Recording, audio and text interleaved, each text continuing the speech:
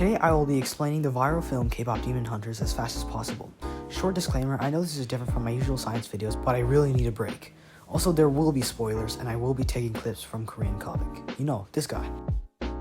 Anyways, I will let him explain the first part because he does it really well. The movie takes place in a world of demons that steal human souls to strengthen their demon king, Quima. But in every generation, there would be 3 fine shits, also known as the Huz, that would protect the humans by sealing the demons using their music to create a barrier known as the Honmun. As the film literally says, their music creates courage and hope. So yeah, the generation consists of Rumi, the girl with dead parents, Mira, the bad child, and Zoe, the attention seeker. And as the K-pop group Huntrix, they must seal the Golden Honmun with their singing to permanently prevent demons from entering their world.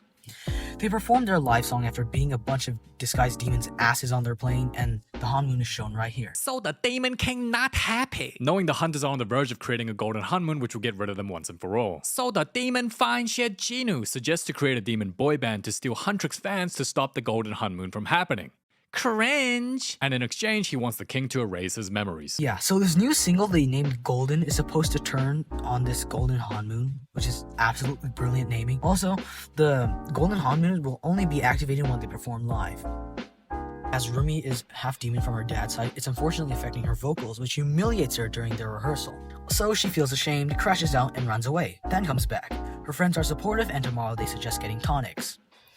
However, after doing so, they bump into the Saja boys, you know, the demon band. The main guy, Jinu, insults her, and later the band, being the homeless homies they are, perform on the street, but their song Soda Pop gets so much attention. This will be important for later on. Huntrix gets pissed and tries to eliminate them during a game show. They fail and a showdown breaks out in the men's bathhouse after they leave. Here, Jinu deadass just rizzes off Rumi, recognizing the demon patterns and hiding them from Rumi's friends. And in just one day, the demon boy band goes super viral, getting their own manager bopping to their music. So Rumi's like, let's make a diss track to end their careers once and for all. But shortly after, Rumi meets some labubu looking ass cat that leads her to Jinu. We see what happened to Jinu's family hundreds of years ago, but what Rumi doesn't know is that Jinu purposely abandoned his family for wealth. After Jinu leaves, the Saja boys soon take over with their fame, and we can see how the band's influence begins to break the Honmun.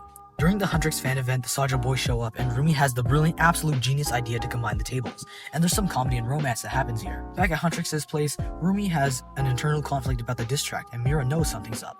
Rumi and Jinu meet up again, and being the bros he is, Jinu once again displays W-Riz. On a more serious note, the two plan to activate the Golden Honmun after Jinu will intentionally make the Saja boys lose a big event called the Idol Awards, and in doing so, Jinu will lose his demon soul and retain his human form. But surprise, surprise, he lies once again. Oh, and remember what I said about Jinu abandoning his family? Yeah, that is revealed here when the Demon King pulls him back into the underworld for a pep talk, and the king feasts on more souls. I also forgot to introduce the one who raised Rumi, Celine, but she basically just tells Rumi not to reveal her patterns to anyone until the Golden Honmun activates. So at the Idol Awards, the Saja boys are supposed to perform first, but they don't show up. At this point, Huntrix has the advantage and performs Golden live. Everything goes to plan until the light shuts off. Demons in disguise pretend that the Huntrix's manager, Bobby, is being kidnapped, and Mira and Zoe run off to save him. This leaves Rumi and the demons disguised as Mira and Zoe on stage, and suddenly they perform Takedown, Huntrix's supposed diss track to the Saja boys. The disguised demons show Rumi's demon patterns publicly, and she crashes out once again, meeting up with her real 2 friends, who now dehumanize Rumi and cause her to have an identity crisis. Rumi meets up with Jinu again, and he reveals everything to her. Later, Huntrix gets cancelled, the Honmun breaks, and everyone turns into zombies, including Mira and Zoe, going to the Namsan Tower to see the Saja boys perform the song, Your Idol. Rumi seemingly awakens her demon side after meeting Celine, and everything looks hopeless as the Demon King shows up. But suddenly, Rumi arrives at the concert, human again, and brings Mira and Zoe back as well with their song, What It Sounds Like. They fight the Demon King, and at first they are overwhelmed, but Jinu sacrifices himself to save Huntrix. So Jinu dies, Zoe and Mira kill the demon boys, and with the power of music, they defeat the Demon King. And that's how the movie ends.